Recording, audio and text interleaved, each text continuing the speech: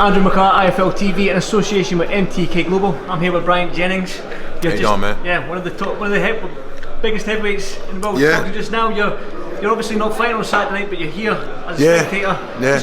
Let's talk about the heavyweight fight on Saturday night. Then it's Derek Chisora versus David Price. Just give me your thoughts on the whole fight. Yeah, well, we all know Derek's a machine, and David Price has upped his he's upped his quality quite a bit.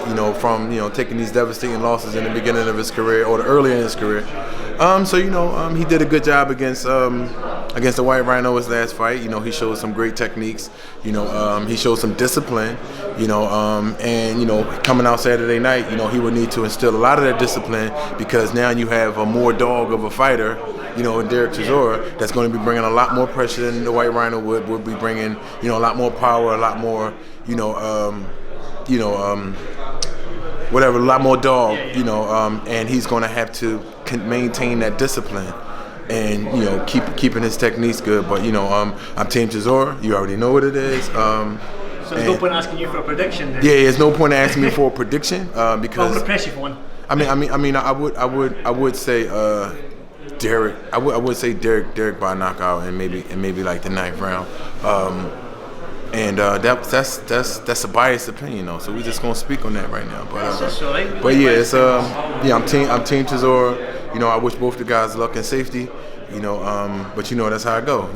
We're talking about the heavyweight scene just now. Before we talk about the rest of the card and stuff like that, the heavyweight division is booming at the moment. We've got guys like Usyk who just entered the division. Yeah. We've got Joshua Ruiz too. I don't know if anyone from IFL spoke to you about Joshua Ruiz too, and what your thoughts are on all that. Yeah, well, it's something. It's a redemption. And the proper redemption takes proper focus, which I think Joshua is the man for it. Proper focus. We always did say he was telling me for a Ruiz guy, but these are things that, at some point in your career you will have to learn anyway. So now we just get to see, how Joshua will bounce back from that, and then we'll be able to see that on December 7th. But I just think that, it's a great opportunity for Joshua to reclaim his throne. It's also a great opportunity, or even greater opportunity, for Andy Ruiz to extend, his thing and overcome that was luck, man. Which I don't necessarily think it was luck. It's the fight game, man. It is what it is. I don't think it was luck. I just think it was just it could have been. Well, not even from Joshua's perspective, but from people thinking it was luck from the outside. Pure underestimation. I think and I understand that Joshua probably knew who he was getting in the ring with. So from that side of things, it's like nah. But for the people who was thinking that, it's this fat guy. I'm just like, that's Andy Ruiz. Yeah. Like, you tripping. I think the purest boxing fans knew Andy Ruiz just with his amateur record and what he's done in the heavyweight. Some people thought he beat Joseph Parker out of New Zealand at that time. So he is a good fighter. Yeah, but you always gotta. You don't always gotta look at. Because somebody's biggest fight might not be their best fight. Yeah. So you're not really assessing their full attributes. Just by looking at their best fight. Because sometimes it's just like, the better the fighter, you might look a little bad, but you take maybe 3 fights and you get to see that, this fight he expressed a good jab, he expressed good ring generalship, or this fight he expressed good defense, or this fight he expressed a good inside game, and showed that he could fight out his back foot, or showed that he could put pressure. This fight so it's just like it's a lot of fights that just can tell. It's like, wow. And then that's when you say, I want to see this guy complete.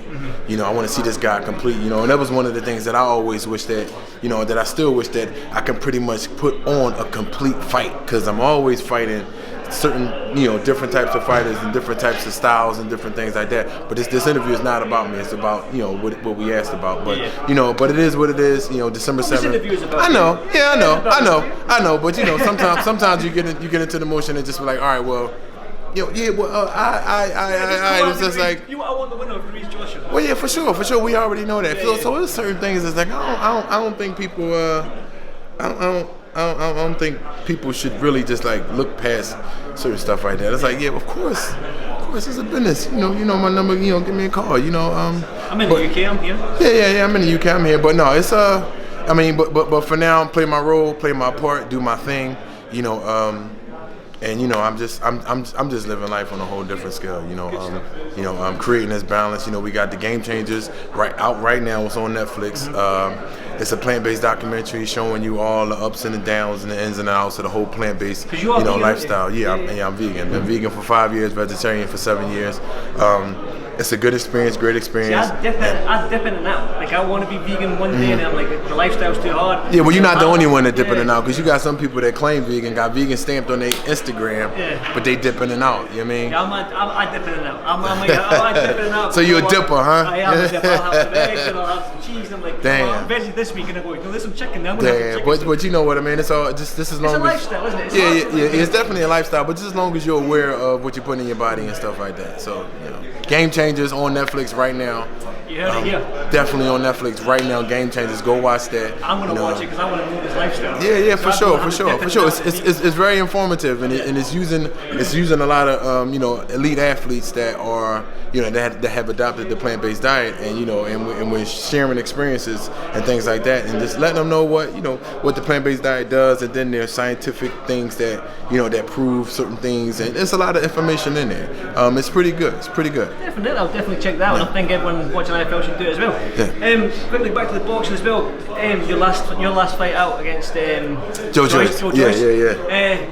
You watched the fight back, and what's your thoughts now? You still believe you won the fight? Man, I'm way over that shit. Yeah. It's like it's nothing you can do about that. I'm way over it. It's a lot of things that I understand that when you take in life, when you evaluate the lessons, you always look and see, okay, what did I do wrong to have this outcome created, in every single fight, and I'm going to do a special one day.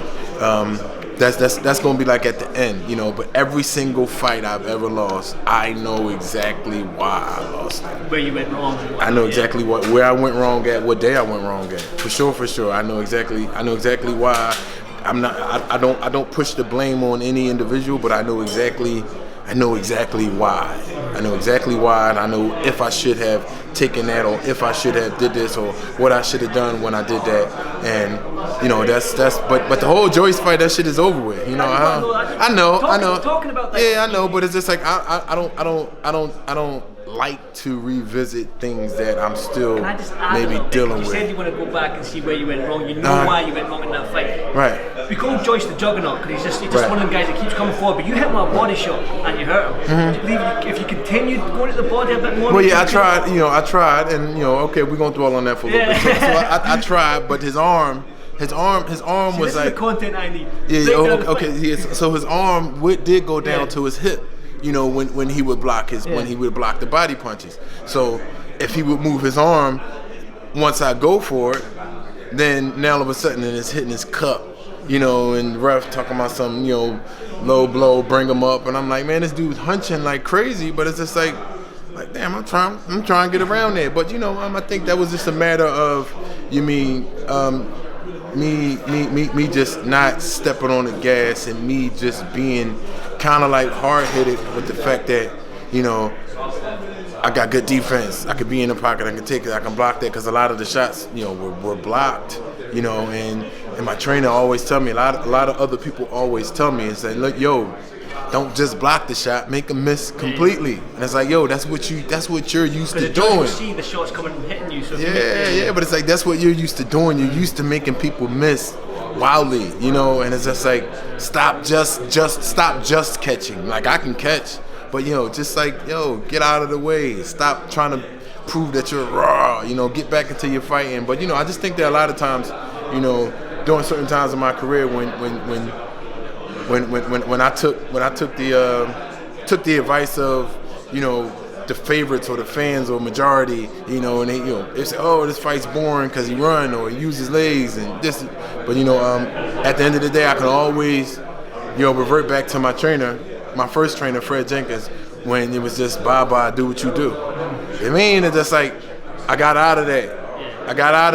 And it's like, you should have stayed into that. Is it a part of you thinking I need to do this to entertain the fans, or is it a part of you thinking? Yeah, a part of it is because you want your performance to be accepted by majority, and a win is just not good enough. And a lot of fighters really really get into that. You know, they get into that. You know, when it's just not good enough. I think every fighter over 6'7" should fight like Klitschko. Should adopt the boring style, just like Klitschko. Yeah, just like Klitschko. You know, it's just like stop listening to the crowd and saying, "Oh, you're boring. Oh, nobody wants to watch his fights." Okay, get on top, and then have all of the guys with all of the notoriety, all of the power, and all of the technique. Yeah, and you make them look like shit. You know, just by doing your boring style and just pile up, rack the wins up, and just do what you do. But it's very difficult, you know, trying to, you know, bring all of that together, create that balance, and, you know, fight for the fans, fight for yourself, fight for your safety, be a warrior, live and die in the ring, making money, and, you know, making good business decisions. So it's not easy. It's not easy, but it's a wonderful journey. Definitely.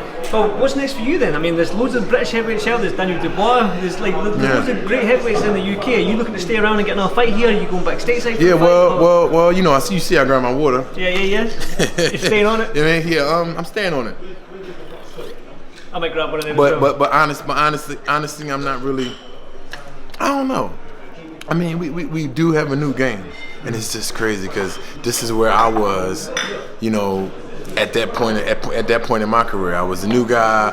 All of the guys, just like all the guys that were, particularly at the positions, they was just like, oh, I'm not fighting that guy. Why would I gotta fight him? What am I gaining? So I'm at that point right now with other fighters. Shit, you could at least got one. You want to get one? No, let's go. I'll find one.